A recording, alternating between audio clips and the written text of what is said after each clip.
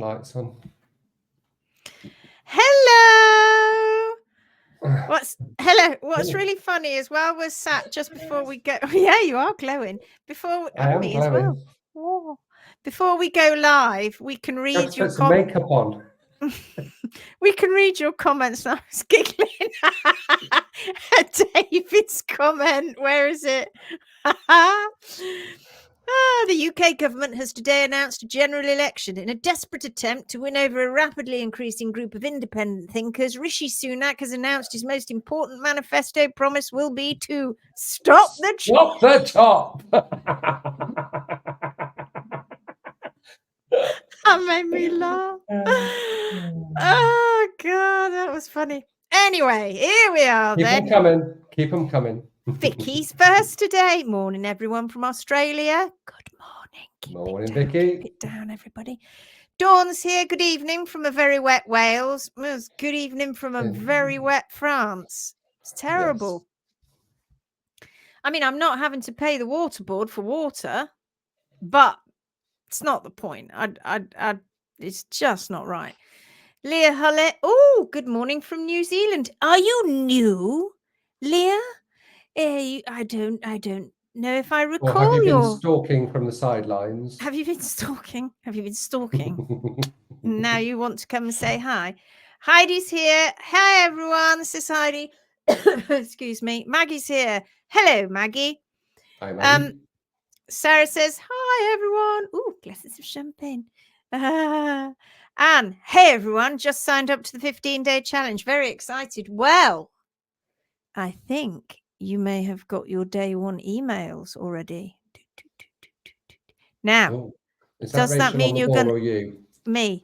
Does that mean you're going to leave us now and toodle off and start? Don't save it. Savor that moment. Just know that at the end of this live, you can go away and start it. It's not very long, the first bit on day one, because we introduce you as a little introduction with me and Gary, getting you all pepped up and an article and a little video. That's what you get on day one. So just wait. Expectations. So exciting. Sarah says it's amazing, Anne. Amazing. Therese, hello from Sweden. Hello. Karen Mackinson's here. Hi, everyone. Aston Burnett is here from South Africa. Wow. Aston. Oh, now. Even just after a week, what a remarkable change. Now, you see, we say this all the time. All the time. The hoof is so predictable. In fact, I'm going to show the pictures because we love this. And I've got it right. Let's just open it up there. Oh, yeah, there we go. Streaming, blah, blah, blah, blah, blah, blah, present, share screen, and we're going to look at this. There we go. Look at this. Dun, dun, dun, dun. Just wanted to share the difference. 1 week out of shoes.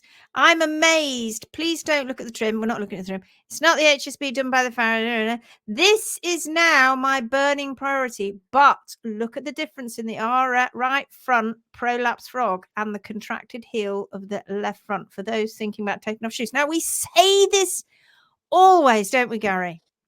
And we say this to our students too. And this is a fantastic example. So thank you for putting it here for us. That when we take the heels down, when we take the shoes off, one of the problems that we have is that the frog is often proud. Okay. And that is because sometimes the heels have been taken down too low and the frog is trying, and the shoe's been put on, and so the frog is getting to the height of the shoe. And sometimes it simply is the heels are in the right place, but the frog is getting to the height of the shoe, right? Because your horse needs frog contact quite considerably. And imagine if you were doing that and the frog kept getting contracted and contracted and contracted over time, more and more and more and more, until eventually it started to atrophy. And your poor horse that really does want and craves decent frog contact wouldn't be getting that. So what do we have here? We have a frog that was what we would call and term prolapsed frog. So it's not in its correct position. And then because it's sunken down, if you like, and trying to get that ground contact. And then just a week later, look how it's starting to even out with the bulbs. And look what it's doing. It's finding that heel height. Do you see? And we always say the heels will come up, the frog will come down. And before you know it, when you come back to do your next trim, everything will be in alignment. And we say this every time. So when we do this with owners and we take the shoes off, we say, look, we got a proud frog here. Probably not going to trim when I take the shoes off because don't need to. Got to leave it to settle down. Oh, but the frog's really proud, Lindsay. Yes, it is. But that's okay. Give it a week and things will change. Boom! Shakalaka. Oh, God, she's going to start singing again in a minute.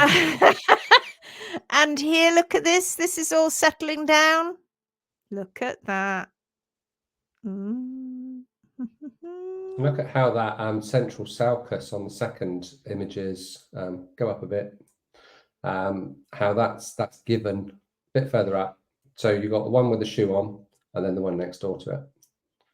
This one. Yeah. But look, you can see that how contracted it is with the shoe on and how much it's given. Yeah. Side. Look now the shoe at that. Come off. And the heels are giving, they've got more room, and that all-important digital cushion is being able to be much more functional. It's not contracted.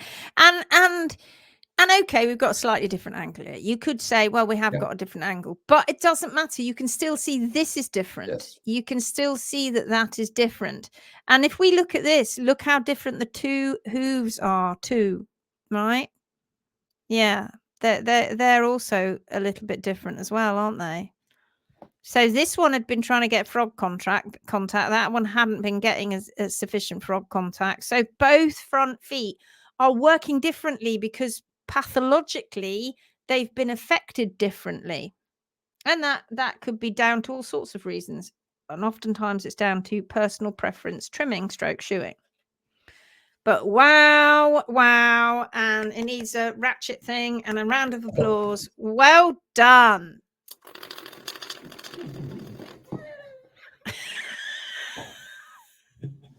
I haven't been drinking, I promise. Just coffee. Brilliant. Angela, hello from south of France. Bonsoir. Bonsoir. Jackie's here. Hi, everyone. Hello. Janet's here. Hello from Spain. Kelly's here. Hello, Kelly. How's everything going with Polka? All going well? Is it still going all right? Let us know. Lovely trotting down the road. Or was it walking? I saw it. Were we walking or trotting? She's good. Like, Polka's like, Mom, I mean, come on. I was just going to be fine when the shoes came. I didn't need them, see? I don't need them.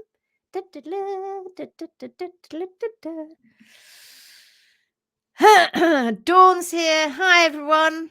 Deep down South Cornwall. Becky Ensel's here. Hello, everyone. It's raining here again in Wales. I missed the sun already. Where's it gone? What's going on? Dreadful. Awful weather in Hertfordshire. It's just the pits. I honestly, everywhere. I feel for you because we're getting it too, and we should not be getting it down here in France. Apparently, it's on Friday. It's supposed to start turning nice. What part of Wales are you in, Becky? Eh? Guess where I'm off to on Friday? The UK. Don't laugh. Sorry, I'm not laughing to all of you in the UK. Oh, no, it's going to get better here. Lindsay. Yes. I realised the other day that I have met you before. I used to compete at the national equine tournaments at Larissa's place with my Appaloosa gelding. I think I remember you there promoting your magazine. If it was somebody promoting the Barefoot Horse magazine, It would have been you. It would have been me. Yeah. It would definitely have been me. Did we shake You obviously hands? can't remember that event. Did we shake hands? Did we say hello? Did we? Did you come over and say hello? Carmarthenshire, she is in Dawn. That's where she is. Oh, see, we've been to Carmarthenshire twice now to do a workshop. You missed us twice, but we'll come back again at some point. Dawn's in North Powys, just so everybody knows. She's got this sort of thing going on here. Tula, hello, Tula. Hi, I've got your photos. We're going to go through those in a minute, my lovely. Maylin's here. Hello, Maylin. I've been ordering stuff for you today, Maylin. It's not easy to order farrier supplies in Sweden. Let me tell you that right now. Okay, it's not easy. Amazon came to my rescue greatly, but we have been sorting out your supplies and your clothing and all of that. It's all going to be coming in the post soon. Joe Kirk's here. Good morning. Aston says, thank you. I'm absolutely thrilled and feel so supported. You are most definitely supported. Excellent. And I didn't realise you were all the way down in South Africa. So that's brilliant, isn't it? Which has the same time zone as the UK, doesn't it? Is that right? Am I right?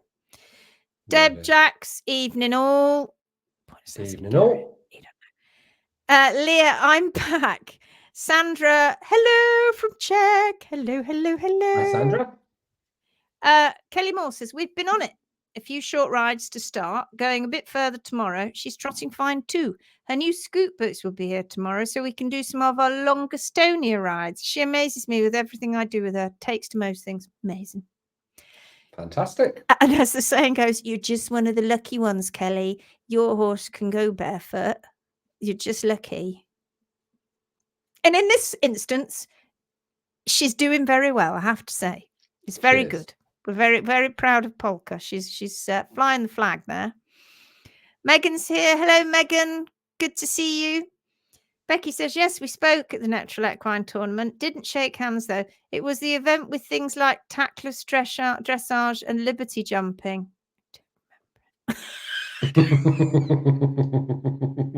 I've slept since then, Becky, a few times, and not always sober.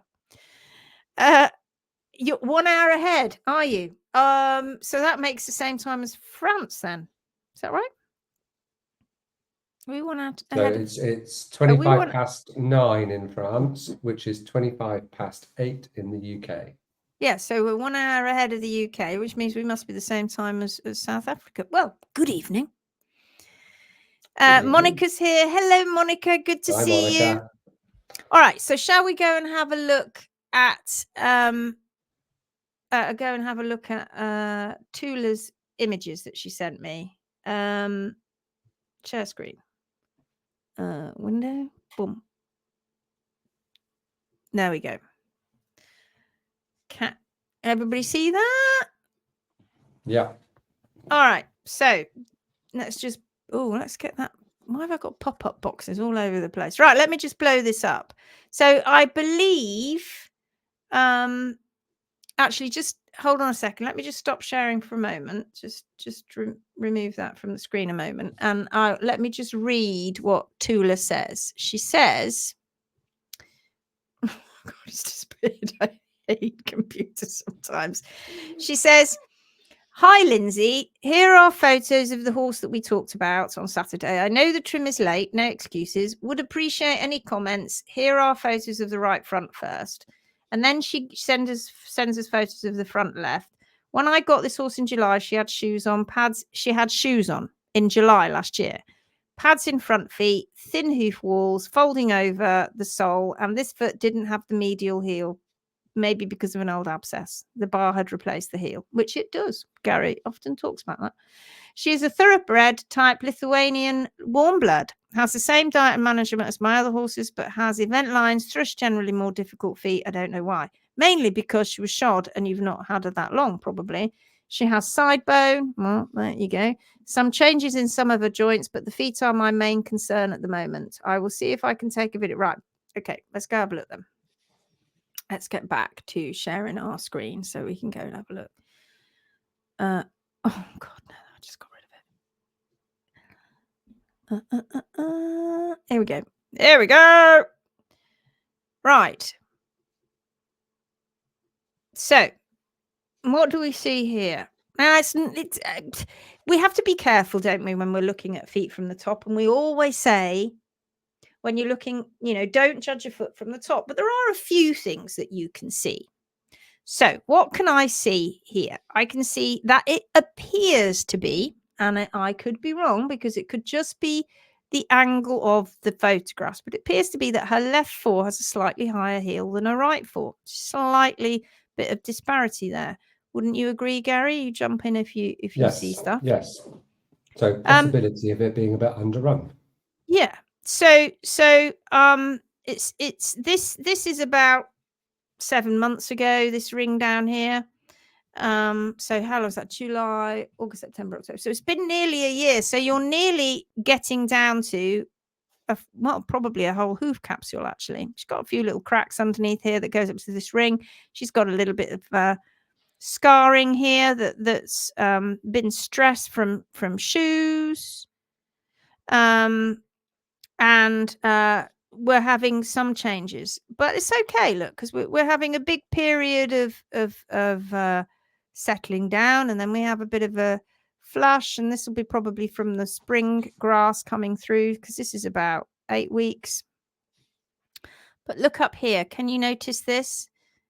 Do you see this lump just ruffling the hair here? What's that? What's that lump just ruffling the hair there? What do we think that might be? And if we look over here, I'll just see if I can see it over here a little bit. But you can definitely see it here. What do we think that is? Let me come back to the peeps. It takes ages for them to respond. I think they're typing away. And then suddenly a great flurry will come in. What is the little lump that is fluffing the hair there? What do we think that might be? Hello, everybody. Wakey, wakey. Oh, there we go. Sidebone. Yes, it's Sidebone. There'll be hundreds of them saying it now. Yes, so this is the Sidebone. That's what you see there. And what is Sidebone?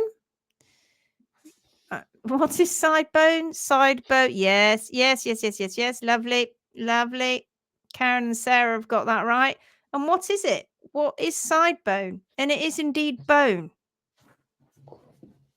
What's Sidebone? This is where doing these kind of shows doesn't work, because that's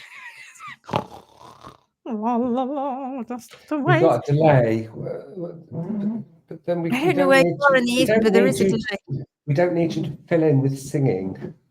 Okay, all right. Fair. Yes. Gold nippers. Gold nippers. Cartridge hardening, says Becky. Cartilage, I know that's what you mean. Cartilage, yes. Hardening, cartilage turning to bone. Calcified something, says Sarah Lude. Yeah.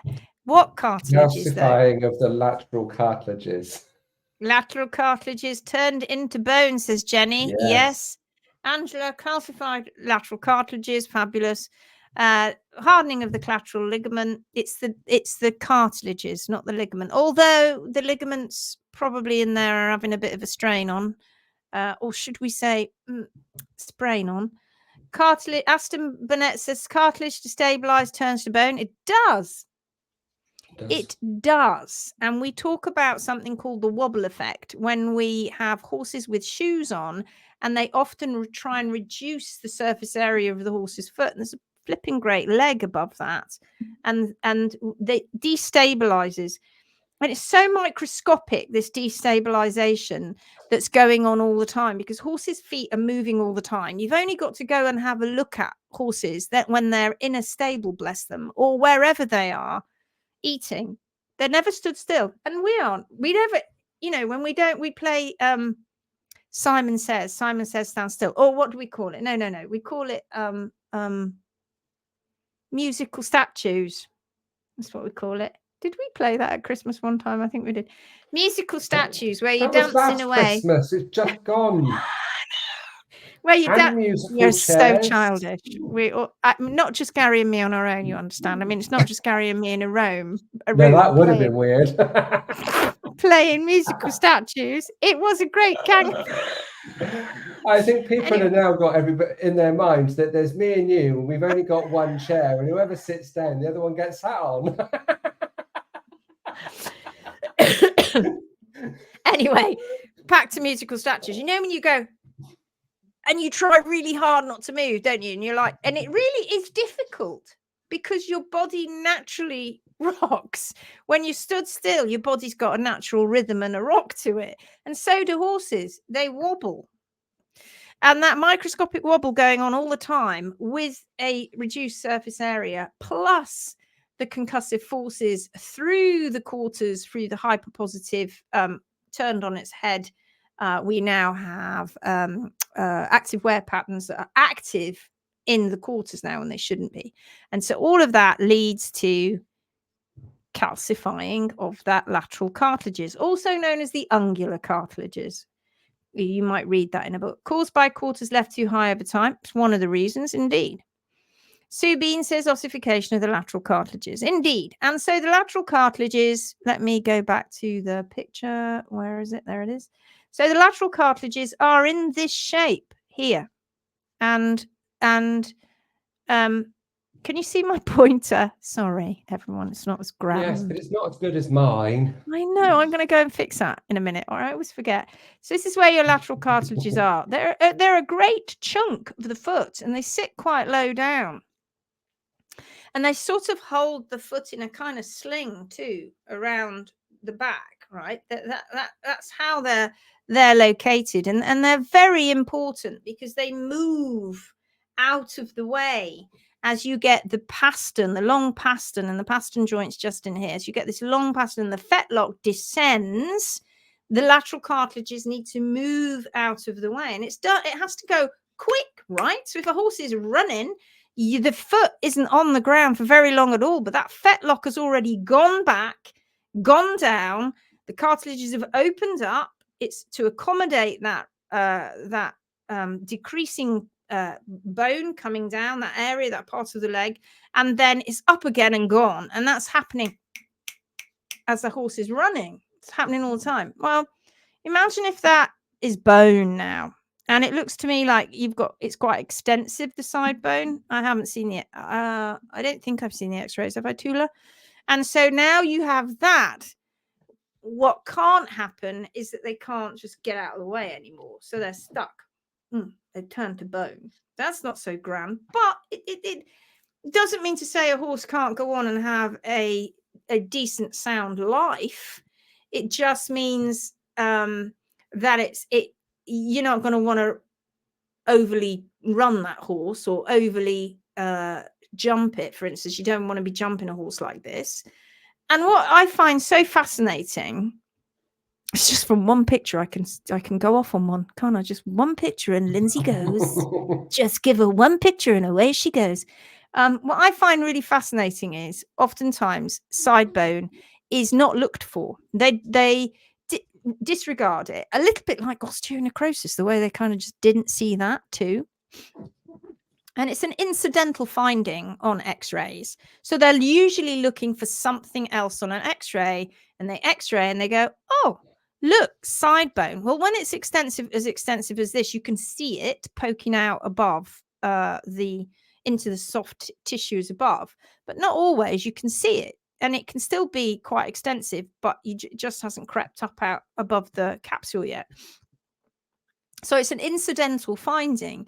And you know something, just only the other day, somebody was talking to me about x-rays, and she'd asked the vet about the side bone, which was an incidental finding. And the vet said, oh, don't worry about that. I don't worry about that. It's irrelevant. Actually, it isn't irrelevant because it's a vital part of the hoof mechanism. So if that is not working correctly, then other parts aren't. But it's not going to be something. Oh, wait a moment while I just save. Hang on a moment. Just hold on, folks, while I just save something because Zoom is doing something. La, la, la, Connie, choose, save. I've just done an hour and a half with Connie Toir in I don't know if you say it like that, in British Columbia in Canada, while she did a trim on her horse Shack with her friend Karen as the cameraman. And it was absolutely brilliant. We had a lovely time. Right. So here we've got this little scar. So that again, you can see it goes directly straight up in the center of that area around the lateral cartilages. And all that has been caused, stress has been caused by having being shod. All right, let's move on. What have we got next? So this is underneath. So what have we got? Well, jump in, Gary, at any time. We have the telltale contracted frog, but it'll have relaxed a great deal since last year. So it would have been a lot more contracted than that. Bit puny going down here, but you know, relying heavily on the heels, this horse, because it's frog, unlike Aston's horse that is now trying to get frog down to the ground. This horse has had all that taken away from her because of the shoes just stopping the hoof mechanism from working correctly. So there's some heel to come down. There's some wall at the quarters to come down. We've still got some activity going on, some active wear going on at the quarters, and toe is in play.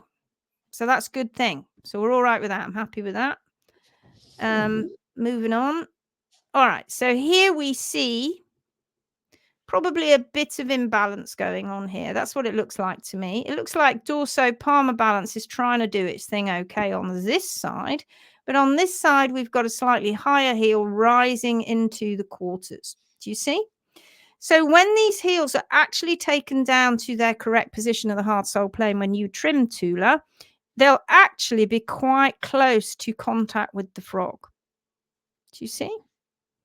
And gradually this is relaxing. And then that frog will start to take much more of a role in its job with the circulation at the back of the foot.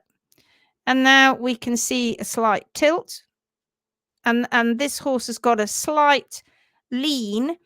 And in shoes, when you truss them up in shoes and they can't do their natural lean and they can't shape the foot the natural way that they want to do it, that puts extra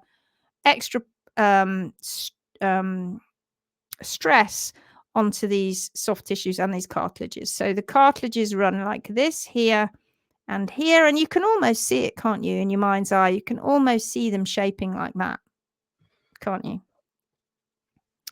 Let's have a look what else we can see. All right, in this one, good photos, Tula. In this one here, we can just see that we've got hoof wall in play, yee-haw, but the quarters are active. And so they are not following the hard sole plane, are they? So the quarters need to come down to the hard sole plane and the heels will come back. Other than that, not a lot else to talk about that. Then when those heels are back, because this horse is trying to balance dorso-palmar balance, heel to toe balance. So when at the moment she's in balance from heel to toe on that side particularly, and then when you bring the heels down to the hard sole plane, you will have to rebalance to the toe. But that's okay because you can see that fat callus that's in there. See it? This big fat callus. That's gonna come down when you balance from heel to toe. It's easy when you know how. And when you start seeing it, it's easy peasy when you start seeing it. Okay, so this is a different view and it doesn't look quite so bad, does it, on this view? But we can see this frog has really been a bit puny in the past and has had issues not being able to do its job.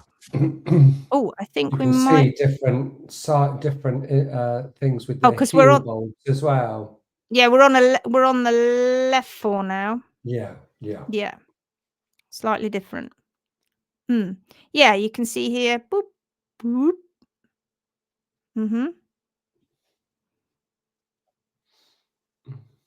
Yeah. So I think the photograph at the beginning was just a trick of the eye, because a trick of the lens, because the other one looks like it's a higher heel now, doesn't it? And frankly, I think they're very similar. Have we had an accident there sometime? Maybe. Looks like we've got a little bit of scar tissue going on there. I could be wrong. Looks a little bit of something there. Right by where the lateral cartilages were or are. Tiny little bit of a scoop in the hoof wall, but I suspect P3 inside isn't in too bad a condition. But we need to get those heels back because P3 will be slightly positive. Although we do have toe wall in play, so it could just be that that P3 isn't too bad at all in there. Yeah, we can see that big chunky callus that we got at the toe. That's cool. And yeah, I can see where you were talking about that the heel had disappeared. All looking good.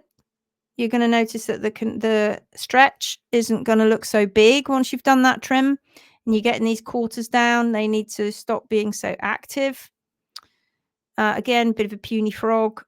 It'll get there, but only if you keep those heels down. 6 weekly trim, what this horse needs, and no more, no less. Don't need to.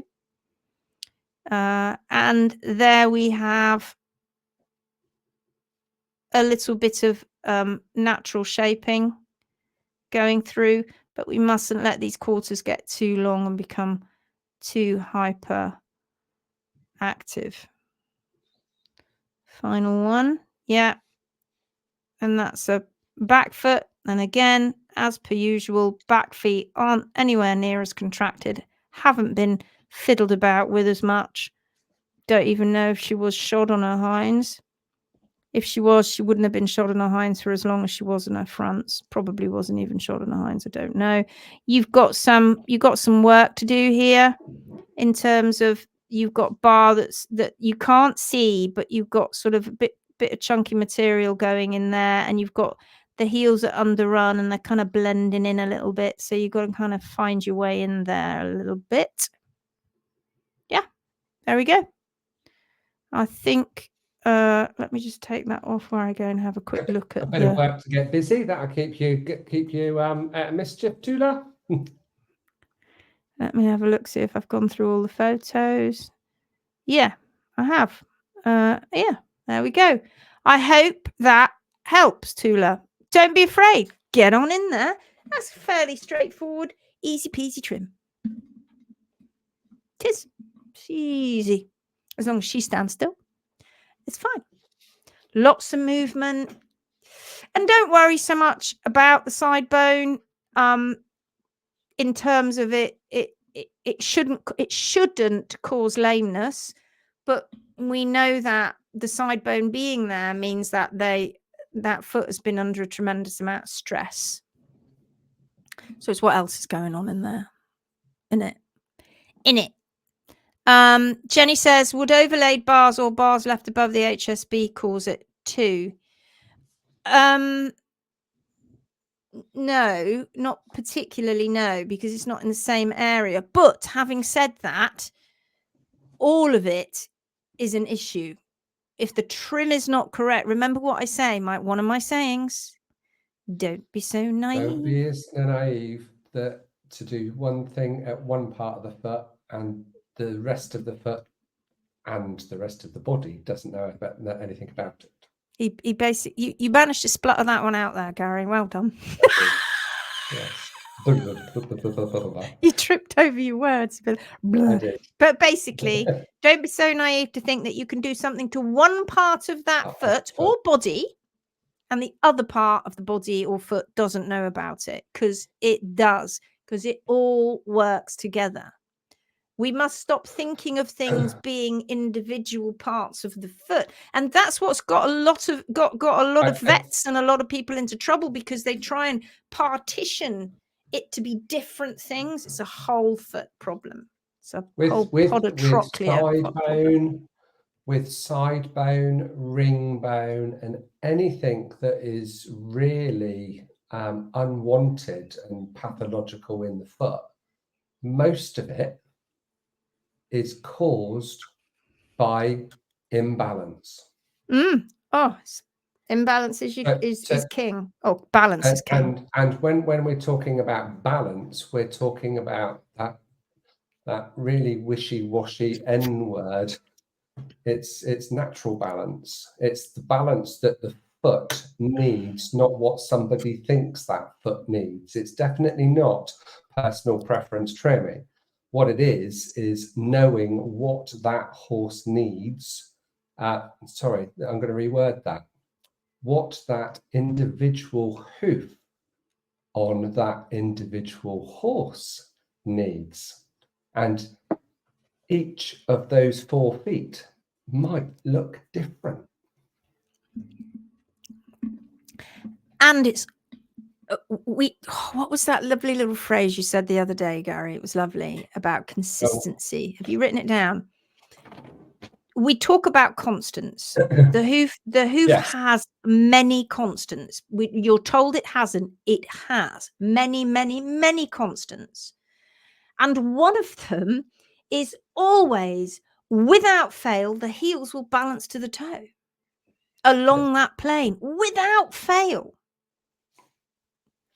And if we interrupt that balance, or leave the toe too long, or remove the toe, because both are wrong, because you've now not got the correct balance from heel to toe. I don't care how stretched it is. It can be stretched off to the next department in France. I don't care. The point is, it still needs to be in balance, and it needs to be there. Because the second you leave too much, NPA, or the second you take too much away, you're then causing that foot to be out of balance. And it's a constant. Yeah. It's fascinating. I love it. I pick up a foot. It could be overgrown. And we're not talking about a very pathological foot like Gary was showing last night with the curly wall. But you can pick up a foot and you look at this foot and you go, look at that. It's overgrown, but it's balanced. It's just lovely. I love it. I must make sure that when I trim it, I don't bugger up that balance. Go on. What did you say? You wrote it down, didn't you? Yeah, but I don't think I wrote it down as well as I said it on the night. It is that constant. It cannot be denied. Everything that we see with the hoof is consistent, consistently predictable. That's why when we get shown all of these pictures, that all of you lovely people, over 6,500 of you, that puts pictures up and shows us feet, we know what stage it's at. We know what needs to happen. Even if that means we'd really advise you to get x-rays. Because everything about the foot and the way that it works and the way that it recovers is so consistent and so predictable. Every time, the way that it ski tips, the way osteonecrosis, the pathological pathway through osteonecrosis, the rotation of P3, how you never get osteonecrosis on a foot that has P3 in the right position. It's always because the heels are too high, and it's just patterns. All these patterns are just the same always. You can't pick up a foot and go, "Oh, I'm confused." You just go, I've seen that 1,000 times. There is no need for confusion. Never should be confused, never should be conflicted, because it all does the same thing. All hooves do exactly the same thing. They do. They'll have a flare here and there, and they have the little old nuances of the way that the horse is walking, which has shaped its foot because of the way it walks. That's fine. That's just fine. But the way the foot grows, the way the balance happens, everything that's inside the foot and the way it works, it's all the same. It's all consistent, from the teeny tiny pony to the great big massive Clydesdale, to the donkey, to the mule, to the zebra. It's consistent. It is consistent. And we ignore those very loud flags waving, hello, Hello, I'm the lateral cartilages. I do work here at the side. Don't ignore me. Oh, no. Ow, bang, bang, bang. Oh, good, no. Suddenly start turning into bone. Don't ignore them. Don't ignore those passive parts of the foot. Once you start, I was talking to, she won't mind me saying this, I'm sure, Angela Moore today, who's going to be one of our Clydesdale from Canada. Big shout out for Angela. She's probably not watching. And she sent me some photos of her horse, and she trimmed him not long ago. And I said, we always say, don't we, we're co-trimmers. So we set the trim up. And because now she's starting to do this correct trim, following the hard sew plane, she set the trim up, balanced him, sent him away. And now she's come back to take more photos. She's like, oh my God, like loads of soles disappeared. It's like, wow, like it looks like I need to do a really big major trim now because the foot's gone, oh, wakey, wakey. Oh, I can do this again now. I'm back to life. Back to life. Back to reality. Oh, back God, to the here and now. Don't like that song, actually. It's going to be running around in my head now, and I don't like it. You've But got an earworm. the point is, right, is what I'm trying to say to you, is that once you, and it isn't, you wake the foot up because you start trimming it correctly and balancing it perfectly, properly. Even a shitty atrophy foot is going to go, oh, it's daylight out there. I can suddenly start behaving like I normally do. It's just exfoliate a bunch of sole and it will gradually start getting better.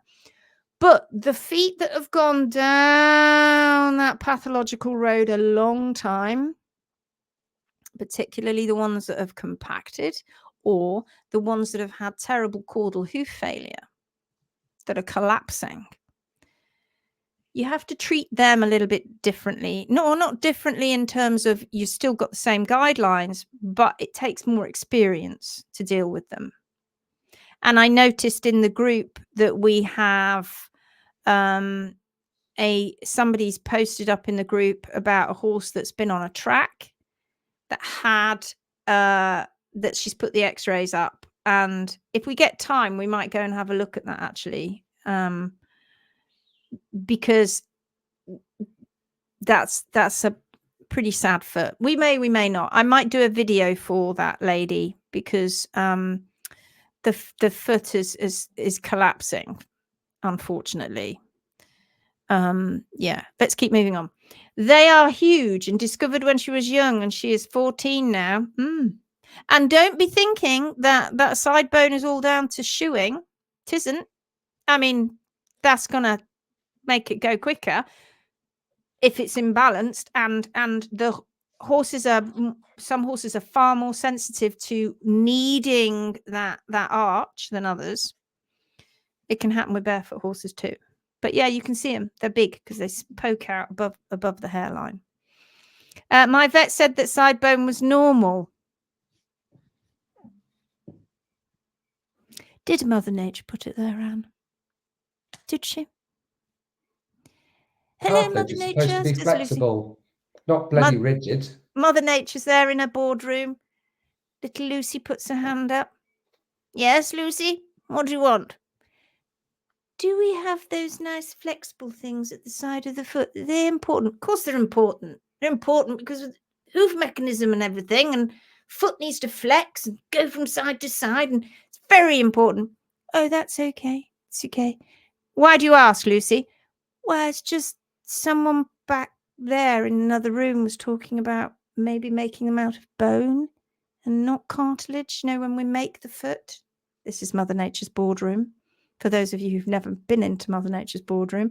And Mother Nature's, don't be silly, Lucy. Ignore them. Don't you listen to them. Those cartilages need to be flexible. Don't let them turn to bone. How silly. Okay, Mother Nature, I'll just make sure I tell them that. Thank you, Mother Nature. Thank you very much. Love what you do. Love what you do. I'm an absolute fan of your work. Thank you. So, no. Shall I say that thrice? No. It's not normal. It's just because he sees it a lot. She sees it a lot. Just because they see it a lot Don't make it normal. Makes No, it common. it makes it common. It don't make it normal. Makes it common. Don't make it normal. Don't make it right. No, and didn't notice it was fractured. I now know why he developed them. You do. You do. And one vet once told me that every other has them, not to worry. They're there a lot. They're there so much they ignore them. They are there a lot. Mm, Also, I think as well, if you think about when some horses are actually being shod at 2 years old, when they're not fully developed, you start shutting down the back of the foot when there's shoes on and they're possibly out of balance as well. That's going to accelerate things like sidebone, very much so, because the body of the horse, let alone the foot, is not even fully developed yet. It's not funny, is it? Not funny. So this photograph here will be a little bit like what Tula's horse looks like, because we can see it up in the hairline. And I haven't seen the x-rays, but this is what it will look a little bit like. There you go.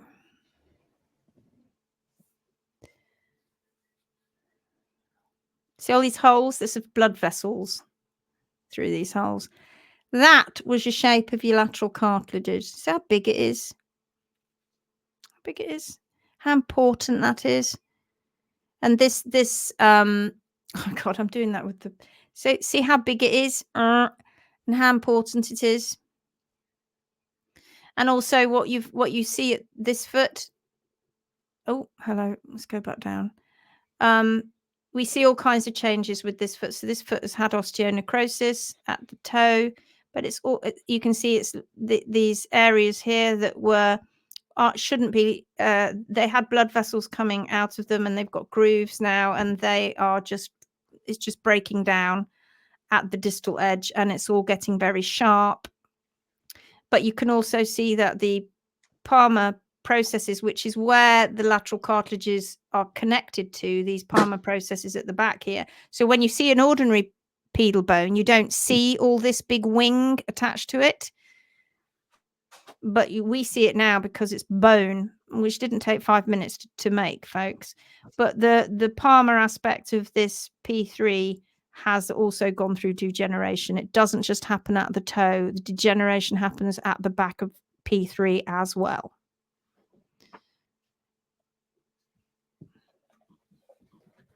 Yeah, see, that's a normal P3. You don't see, yeah, there you go. Let me see if I can find, keep that there, Gary, because let me see if I can find another picture of it. Take it from a different, let's take it from this angle. Please download. Okay, let's take it from this angle. This is the same foot. Just hold on, callers. Right, boom. So if you see, Gary, turn yours around so it's facing the same way. That's it. And tilt it a bit so that you can see, tilt it nose down. Yeah, so where his thumb is actually where the side bone is on that P3. See if you can orientate it in the same position, look. And you can therefore see, that's it. Oh, hold on. That's it. That's it. So what I want to show you here is you can see, oh, hang on. I'm not, God, I always forget that. You can see now, you can properly see the osteonecrosis. So just like P3 mimics almost, if you like, the hoof wall, doesn't it, Gary? You can relax now, Gary. It's okay. You put your hand down. P3 almost mimics the hoof wall. Do you see how this should be like the dorsal toe wall of P3? P3 should be down to the ground. So the toe wall should be touching the ground here. You can see part of it is left with this little spur that you have here. That was its original length, probably, and that might not have been its completely original length. It's probably longer than that. And you can see, can't you, that there's a big gap here, and it's very, very jagged. Well, that's osteonecrosis. That's just died. It's gone through bone death. And this little spur here, that's just what was left on this one particular area in this foot. That was just how it degenerated. And here's the terminal arch in here. And there's your extensor process. And you can see he started to get side bone here. You can see this looks quite yellowy, and then this looks a slightly different color. That's because this is now turning into side bone on this side, and this is completely gone to side bone on this side. So this is a very, very sad foot. And the terminal, the circumflex artery that should naturally run along here, you can imagine what's happened down there too, because this P3 wouldn't have been in this position. This P3 would have been in that position,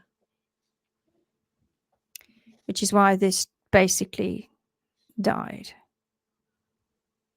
And the hoof care was shocking. Shocking. Shocking hoof care. Absolutely shocking.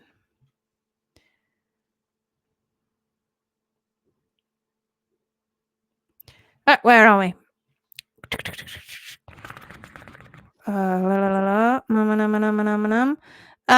Just joined in. Hello, everyone. Hi, Lydia. Good to see you. Toya says hi. She's giving us a wave.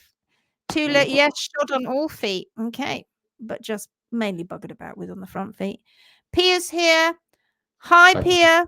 Tula says, thank you very much. So basic trimming it is. No need to get confused with heel bulbs and everything. No, ignore those. Don't look at them. They'll sort themselves out. But I have to say, though, when you're trying to balance, it really is important to ignore those, what our eye gets drawn to those imbalances. If you've got a big heel bulb on one side and a little one on the other, and the same that can happen in the frog as well. You've got to look past all of that, because that's all the old stuff. You can't change that yet. But the foot, the heels, and the heel to the toe have to be balanced. And that's really hard for us to get rid of all of that other information that we're seeing in our picture, in that snapshot. You've got to get rid, you've got to bring the heels to the forefront of your image and ignore what's going on and all of those little things that you think, well, why isn't that square? And why isn't that the same size? And why does that look wonky? Just concentrate on the heels. Get those quarters down to the hard sole plane, so you've got those natural arches, and then balance from the heels to the toe. Ignore everything else. Easier said than done.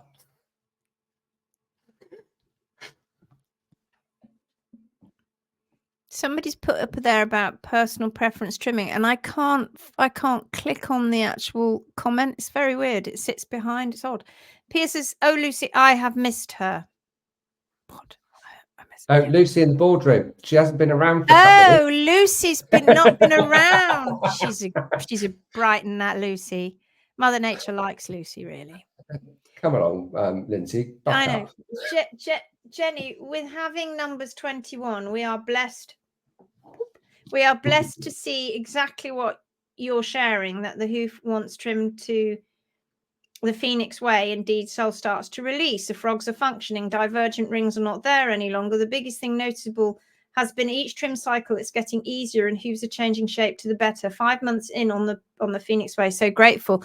I know, right? We say it all the time. And when you're you have to go through this process. It's not going to happen straight away. You've got to go through a whole year with a horse doing this, and then you're like, wow, take lots of pictures, and you go, blooming heck, where we were back then, what we look like right now. It's like night and day, chalk and cheese. Aston says, how long does Sidebone take to develop? A while. Yeah, quite a while. Quite a while. It How long is depends on quite a while? how it depends on how consistent the imbalances are. Or should I say inconsistent? Or inconsistent the balance is. But no, they're consistently inconsistent. Yeah, exactly. Yeah, that's right, isn't it? Yeah. Shame, innit? It's awful. Anne says it's ridiculous and I don't have them as my vets anymore. Max was shelled from... Oh. And he's what, 9 now? He's only just finishing growing. He is. Only just finishing growing. And when foals are born, they don't have those Palmer processes. No. They grow out the back of P3. When you've got a baby P3, it's like just a little triangle and it's like flat at the back. And then you put it next to an adult P3 where Palmer processes are like, yeah, drop down out there for more stability. And that, but the baby P3 is like, I can't wait to be an adult P3 because I have my Palmer processes out the back. And they grow, right? And we see horses that are shod and raced as 1-year-olds, don't we? And not just that.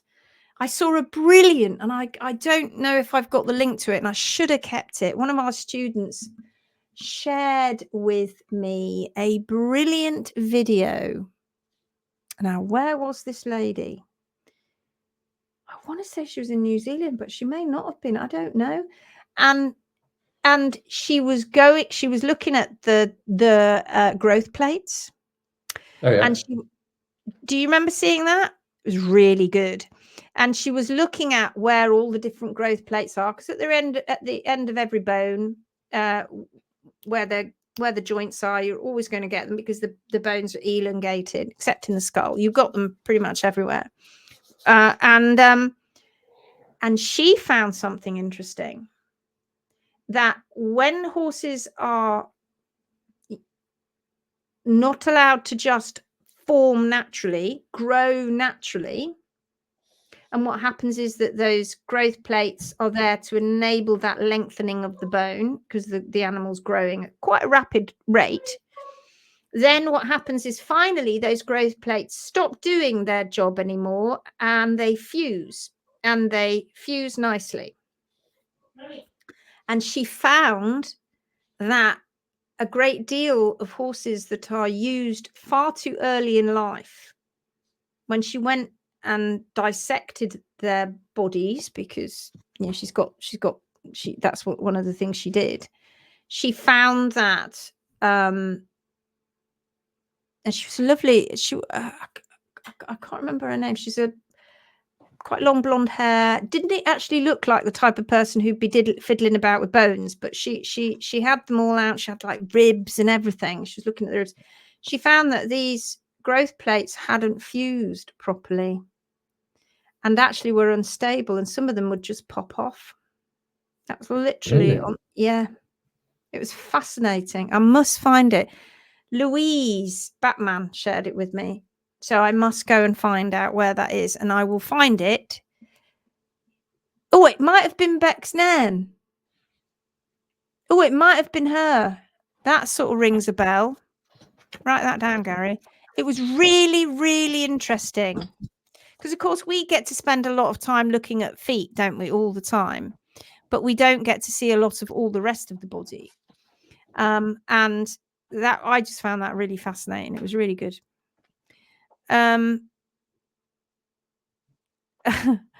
Different question. Do I need a cameraman for my 1-to-1 in June? No, if you can't get one, but it's just a little bit trickier. And also sometimes it was easy today because we had a lot of good signal. Even if you have a cameraman, if the signal's not very good and the foot's pixelated, it's not going to do any good anyway. So what we do is we have a look at, you send me photographs of your horse's feet very close to the trim, then I can see where we are with it, or Gary can see where we are with it. Then we talk about the foot you're going to choose to trim. Then I tell you what you've got to do. Then you go away and you do it. If you haven't got a cameraman, or if I can't see the foot, you do that. And then you send me a photograph, but then you take a screenshot, you share that with me. I take a screenshot, not take a screenshot, you take a photograph, you share it with me, I take a screenshot. Sounds like very long-winded, it isn't really. And then I put it in my Canva, and then we talk about it. And then you go back along and do what we've talked about. It is easier if you've got a camera person, but I've done calls with people where I've been sat in a hoof boot.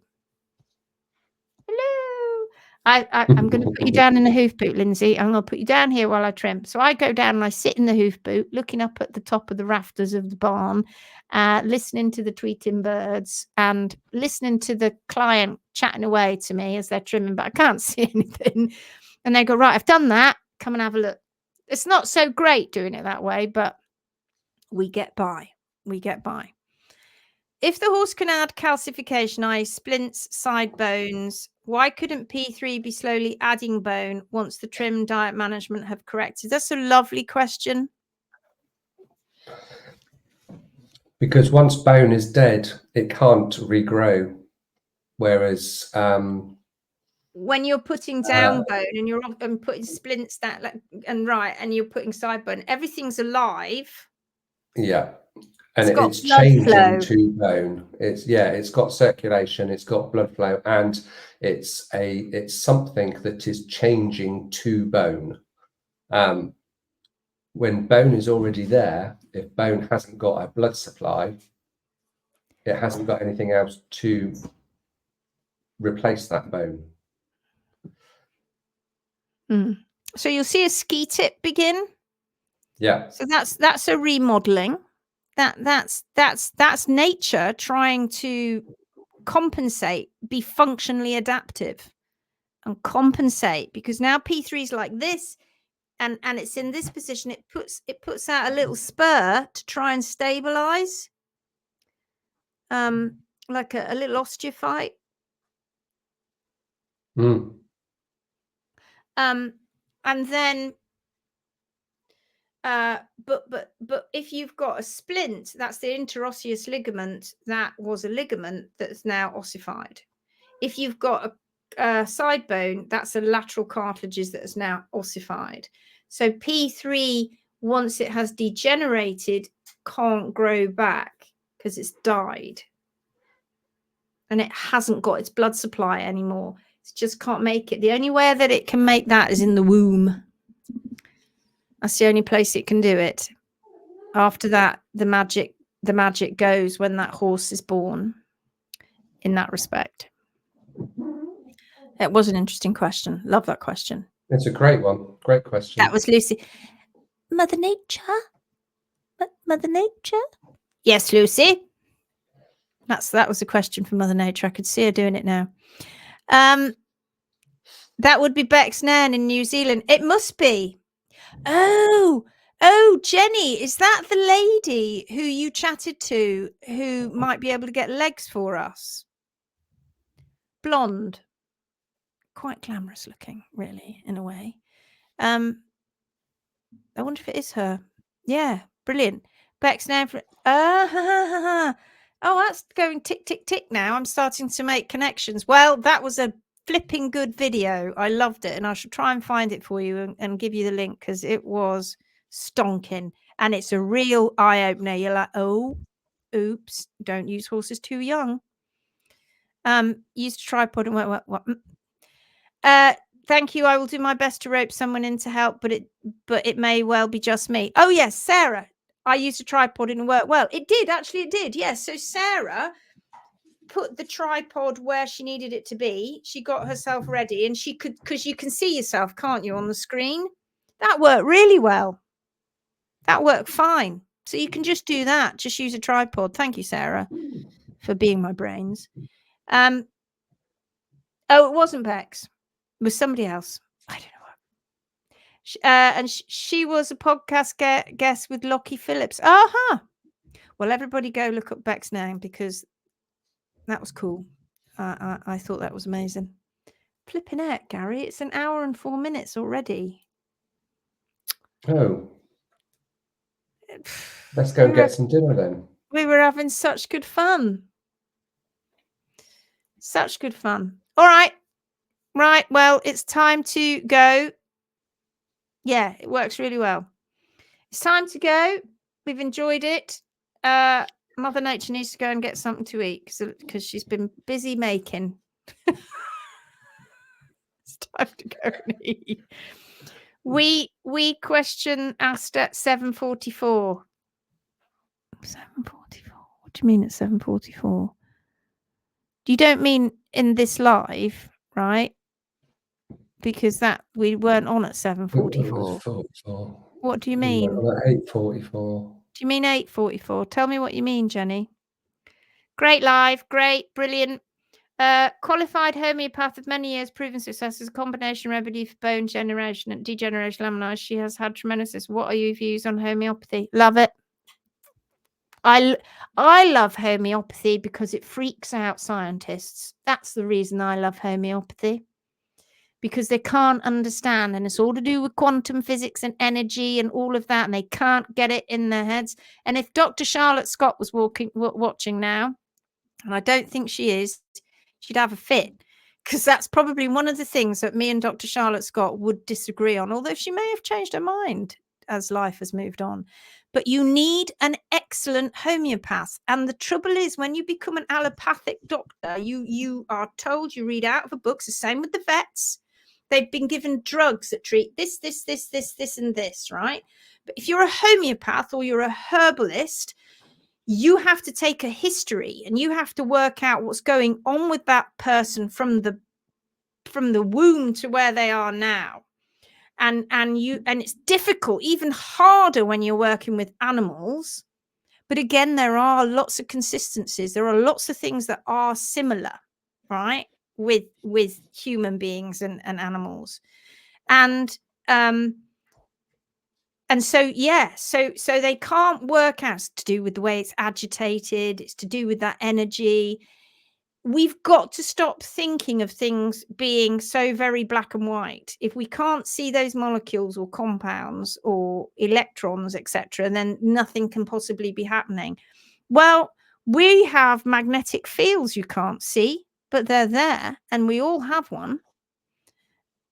So it's a interesting thing, but you need a very good homeopath and a good herbalist, because it isn't like getting a book out and going, which drug does what. You've got to go, right, well, I'm going to try this with my extensive knowledge that I have. And it's a bit like zoopharmacognosy, similar thing. With the extensive knowledge that I have, I'm going to offer, I think I need to offer this animal this, because you may not offer them the right thing. You've got a ton of stuff back there, but you may not offer them the right thing. It's the same with homeopathy. I give you this, and they go, it's rubbish, homeopathy, it doesn't work. It does. Nobody really knows exactly why, but it does if you get it right. If you work it out right. And it's so incredible. I've read a lot of books on homeopathy, and it takes you down a journey that is quite fascinating from, the way it started. And then also learning about how homeopaths were sent underground, particularly in the States, and at the turn of the century, when allopathic medicines and pharmaceutical companies were on the rise, and how they didn't want them, and they outcast them, really, almost like witches in a way, and stopped it, and they went underground, because they're like, and it's not a quick fix. You see, a pharmaceutical company can't be going, well, I don't want to have to go and talk to that person and work out the intricacies for that person. We're just going to give one drug to everyone. Well, that's not going to work, is it, all the time? Because it's going to cause different things with different people and have different problems, because we're going to react to it differently, because we're different, right? One drug, boom, out it goes. you've all got that problem. That one drug will fix it. Nah, it doesn't though, does it? And nothing fixes anything because you're just dampening the symptoms. So, and also, we've got all of those things that are complementary, but you've got to start somewhere, haven't you? And you've got to have a decent diet. Yeah. It's about your internal terrain.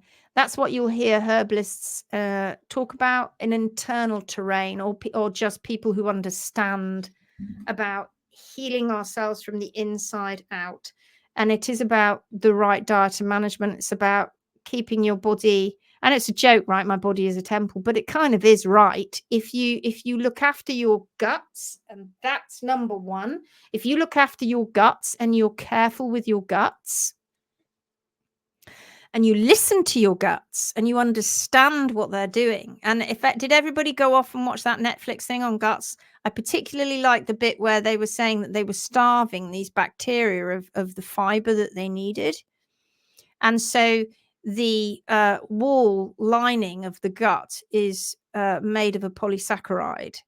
And so the microbes that need that fiber turn on the gut wall and start chomping down on that. Nom, nom, nom, nom, nom. They start eating up the gut. They know this. So they turn them, where's the fiber? Please just eat a banana or something. I don't know, an apple. For God's sake, send me some fiber down here. And they're like, no fiber coming. There's no fiber down there. Damn it, I'm starving. Where can I eat? What can I eat? Turn around. Gut wall, here I come. Yum, yum. Gut wall's like, no, leave me alone. Ah! And that's what they do. Microbes literally turn on your gut wall and eat it. Nom on down on it and start eating it. And then you start getting the breakdown of the mucus lining. And then you start to get leaky gut syndrome. And then you get a dysbiosis because all the bacteria are really peed off with each other. And they're having a big scrap down there because not very happy.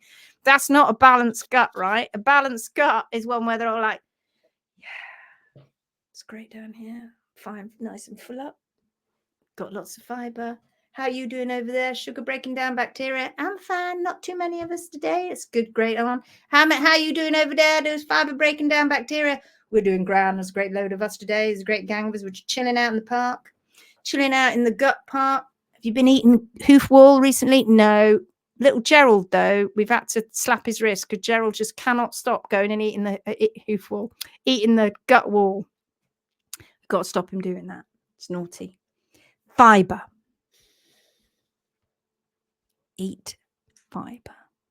I found Jenny's question. Oh, did you? Last one.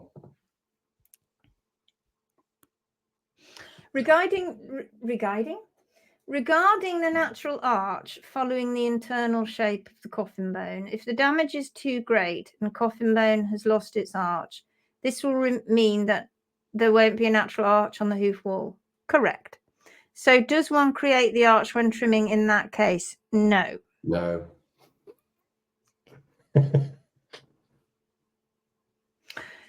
No, because by the time you've got to that point, you've probably got quite a collapse of the whole situation that's going on, and you've got to think it's a balance issue. It's not just the arch, it's also the toe part or the front part of P3 and the back part. It's a whole part of P3 is degenerating, and people do scoop.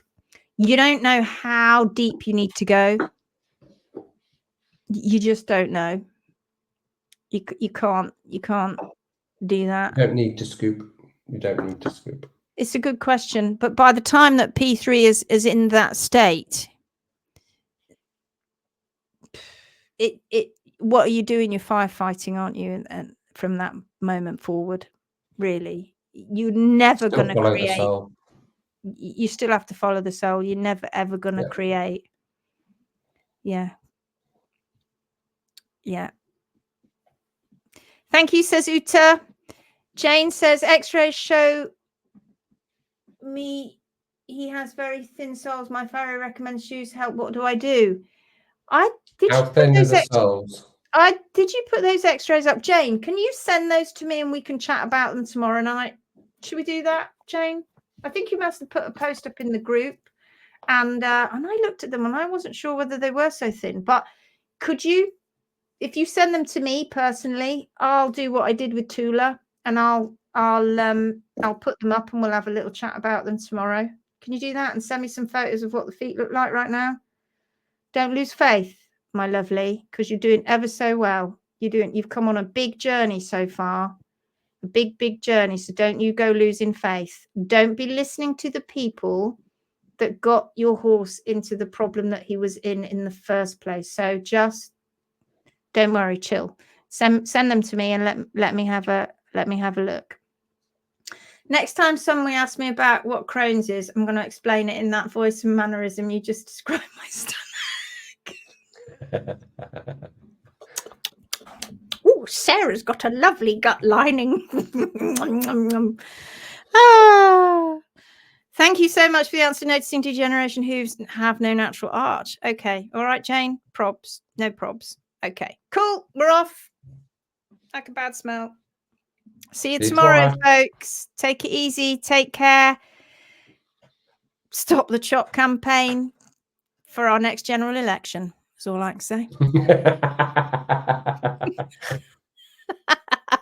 Bye-bye now. Take it easy. Bye. Bye.